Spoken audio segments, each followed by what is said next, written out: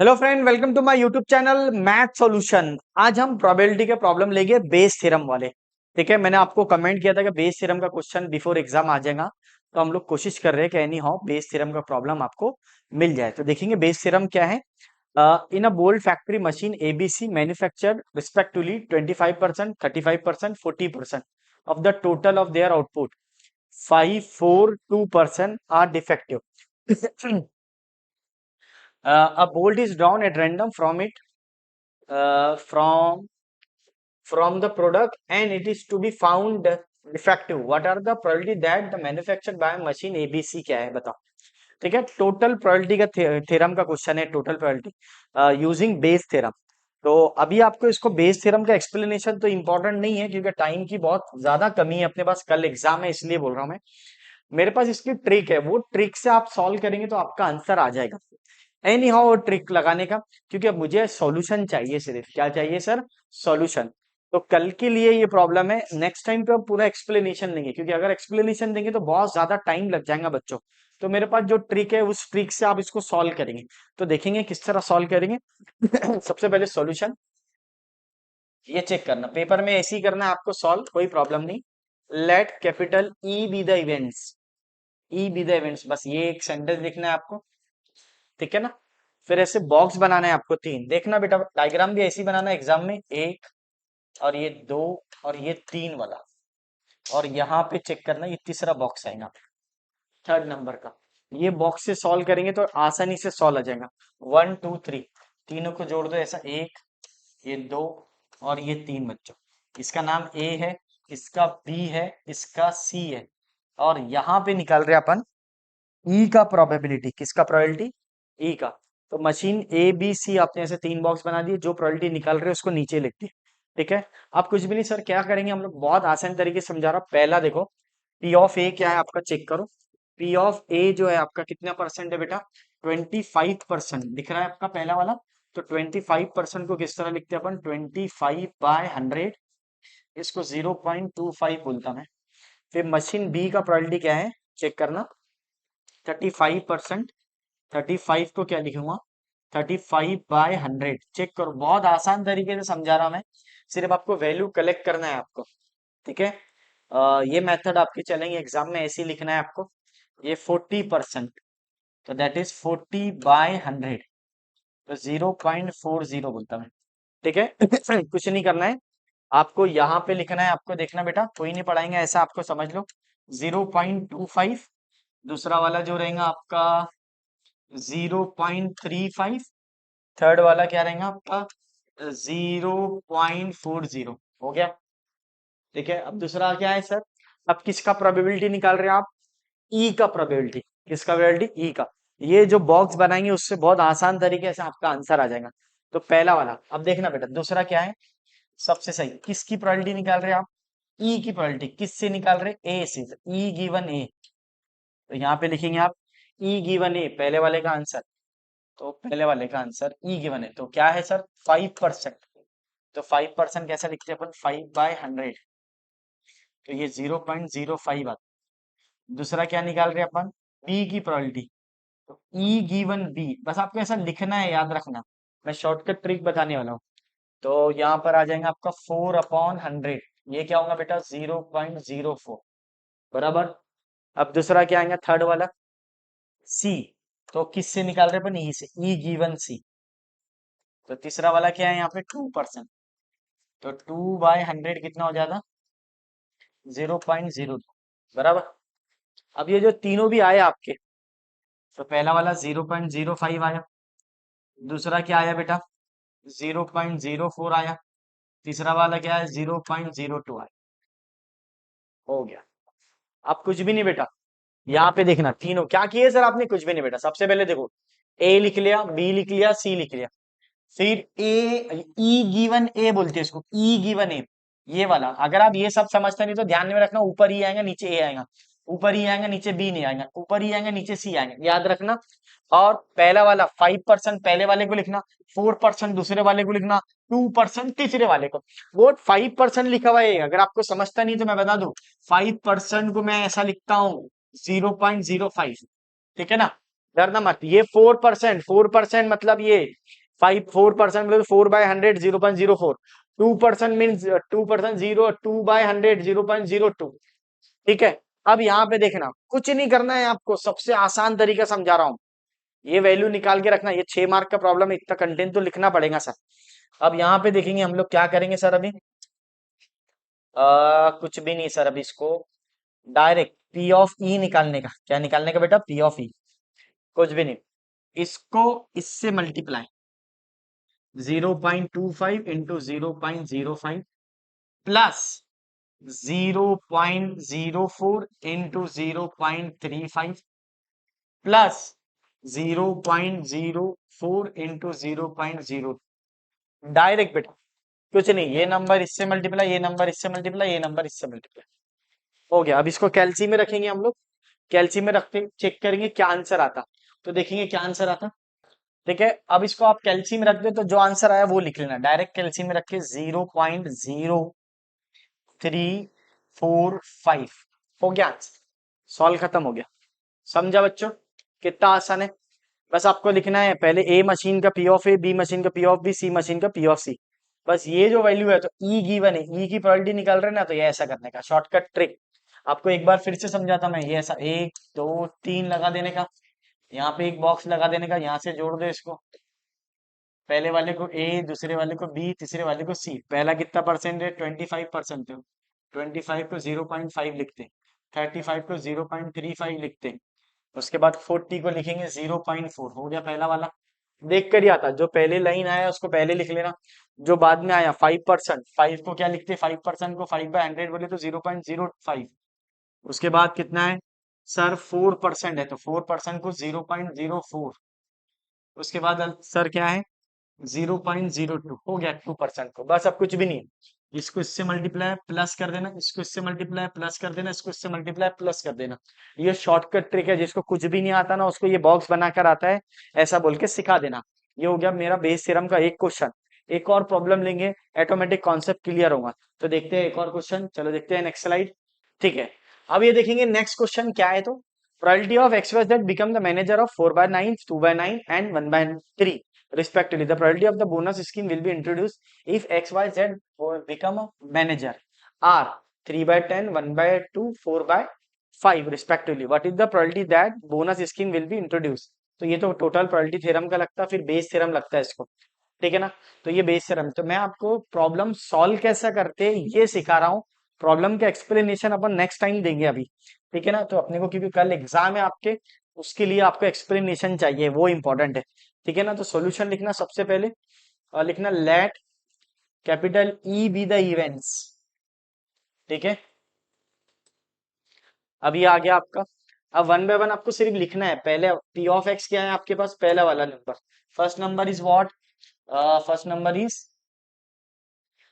4/9, P of Y कितना है check करो, 2/9, पी ऑफ जेड कितना है देखो, 1/3, हो गया।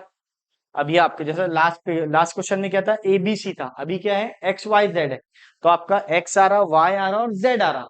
अब आप पहले वाले क्वेश्चन में क्या था बेटा, ए बी सी था, तो इसलिए P of A, P of B, P of C आ रहा, अब यहाँ पे एक्स वाई जेड आएगा। अब प्रोबेबिलिटी किसका निकाल रहे सर आप, ई का प्रोबेबिलिटी निकाल रहे, किसका निकाल रहे बेटा, ई का, तो ये कोई प्रॉब्लम नहीं है, डायरेक्ट ई गिवन एक्स, बस ई गिवन एक्स, तो ये पहला वाला 3/10, फिर दूसरा बच्चों E given Y, E given Y क्या है सर, 1/2, फिर थर्ड वाला बोलो, आप खुद बताओ थर्ड वाला क्या है, ई गिवन जेड, तो ये आ गया आपका 4/5, ठीक है ना।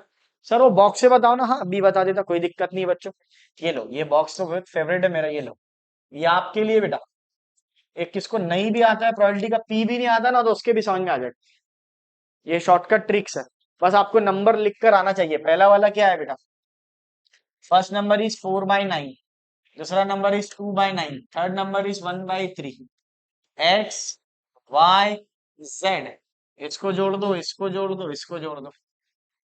सेकंड वाला क्या है सर, 3/10, दूसरा नंबर 1/2, 1/2 है बेटा, तो 1/2 अच्छे से लिखो सर, है ये आ गया। अब आ गया बेटा 4/5 हो गया। किसकी प्रोबेबिलिटी निकाल रहे हैं? ई की। ई का प्रोबेबिलिटी निकाल रहे हैं, यहाँ पे ई लिखना हमेशा। हो गया सर, कुछ भी नहीं है सर, पहले आपको A B X Y Z में ये लिखो, फिर बाद में ये लिखो तीनों नंबर। हाँ, फिर इसको और इसको मल्टीप्लाई कर दो और ऐड कर दो, मल्टीप्लाई कर दो ऐड कर दो, मल्टीप्लाई कर दो ऐड कर दो। That is your final sir.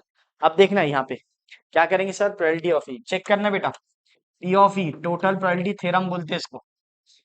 Check कर लेना, जो बच्चों के पास नहीं है ये टॉपिक सबको शेयर करना है, क्योंकि मैक्सिमम बुक में तो है ही नहीं है इसका सॉल्यूशन। कोई भी अमरावती यूनिवर्सिटी की बुक में इसका सॉल्यूशन नहीं है बेटा।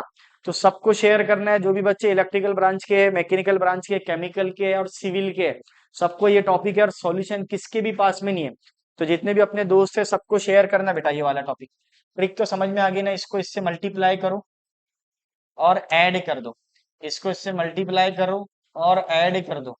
ये टॉपिक कहीं कोई भी बुक में अवेलेबल नहीं है, किसकी बुक में सॉल्यूशन नहीं है बेटा, अमरावती यूनिवर्सिटी के। तो ये देखना है डियर। हो गया। अब पहला वाला, इसको आप कैल्सी में रखेंगे तो डायरेक्ट आंसर आता। हाँ? तो मैं इसको डायरेक्ट कैल्सी में रखता सर, इसको सॉल्व कर लो ना। 12/90, 2/18 और 4/15। अब हम लोग इसको डायरेक्ट कैल्सी में रखेंगे, ठीक है ना? तो सर क्या मिलेगा आपको? ये मिलेगा। उसके बाद अपना ये चलेगा इसको, ठीक है ना? कुछ भी नहीं है, वो वाला भी ऑटोमेटिक आता है। तो देखेंगे कैल्सी में क्या आंसर आता है। चलो देखते हैं कैल्सी में किस तरह आंसर आएगा। कहाँ टाइम वेस्ट करते इसको। हाँ,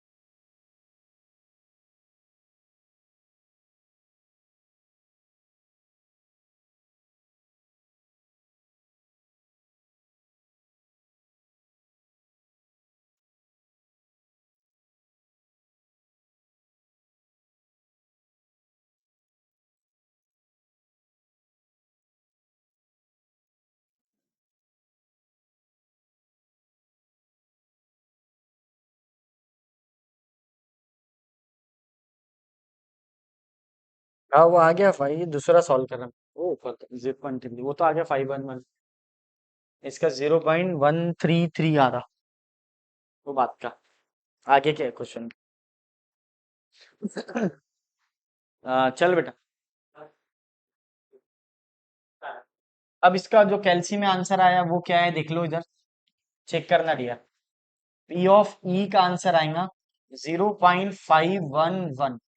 तो ये हो गया आपका पहले का क्वेश्चन का आंसर, ठीक है? सर कहाँ तक क्या है ये? ऐसा कैसा लिखना सर, इसको ऐसा लिखो, यहाँ तक। ये पहले वाले का आंसर, फर्स्ट फर्स्ट क्वेश्चन, ठीक है? अब चेक करना फर्स्ट वाले का, इसको हटा दो लगे तो। ई गिवन जेड है ना, ई गिवन जेड क्या था? 4/5, ऐसे लिखेंगे, ठीक है ना? किसका आंसर है? P of E given. ये पहला वाला आंसर आ गया। What is the probability bonus scheme will be introduce. अब ये सेकंड वाला, अब डरना नहीं। If the bonus scheme has been introduce, what is the probability that the manager appreciate was X. X होगा तो एक्स का वैल्यू आएगा, वाई होगा तो वाई आएगा, जेड होगा तो जेड आएगा। सबके लिए टेक्निक, कुछ भी नहीं करना है। यहाँ पे लिखना है आपको ई गिवन एक्स। क्या लिखेंगे? ई गिवन एक्स डायरेक्ट। एक्स अगर यहाँ एक्स है तो एक्स लिखेंगे, वाई है तो वाई, जेड है तो जेड है। कोई डरने की बात नहीं बेटा, जो आंसर आया वो। ये आंसर क्या आया, इसको डिवाइड कर लो टोटल प्रोबेबिलिटी का। टोटल प्रोबेबिलिटी क्या थी इसकी, चेक कर लेना।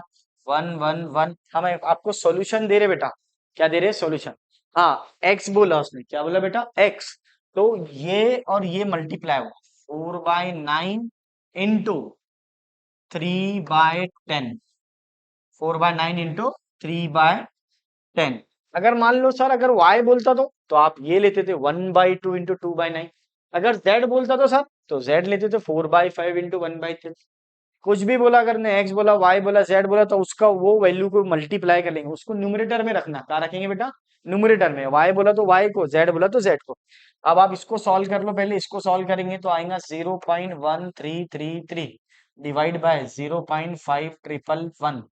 अब इसको डिवाइड कर लो बेटा, डिवाइड कर लो तो क्या आएगा आंसर 0.511 से answer will be 0. E given x, x निकाल रहे तो एक्स आएगा, वाई निकाल रहे तो वाई, 0.2609 खत्म। आ गया सर ये तो, हाँ आ गया बेटा। अब पहले वाले प्रॉब्लम में क्या था, इतना ही पूछा था उसने टोटल प्रोबेबिलिटी। अगर उसमें भी ऐसा बोल रहा मशीन ए निकालो तो मशीन ए की वैल्यू को न्यूमरेटर में लिख रहे और जो भी आंसर आए टोटल उसको डिवाइड कर दे रहे। जो भी आंसर, जैसा यहाँ पे ये आया आंसर, इसके पहले वाले क्वेश्चन में इन हाफ ही क्वेश्चन था, मीन्स ये वाला अगर आप देखेंगे, ये वाले को चेक करो। उसने बोला टोटल प्रोबेबिलिटी, अगर ऐसा बोलता था what is the probability getting machine A, तो फिर आपको क्या करना पड़ता था, मशीन ए तो ये वाला लिखना पड़ता था, टोटल जो भी आया वो नीचे लिखना पड़ता था और ऊपर मशीन ए के नंबर से मल्टीप्लाई 0.05 इंटू 0.25, तो ये आंसर होता था। तो फिर इसका आंसर क्या आता था सर, ई गिवन ए, ई गिवन ए।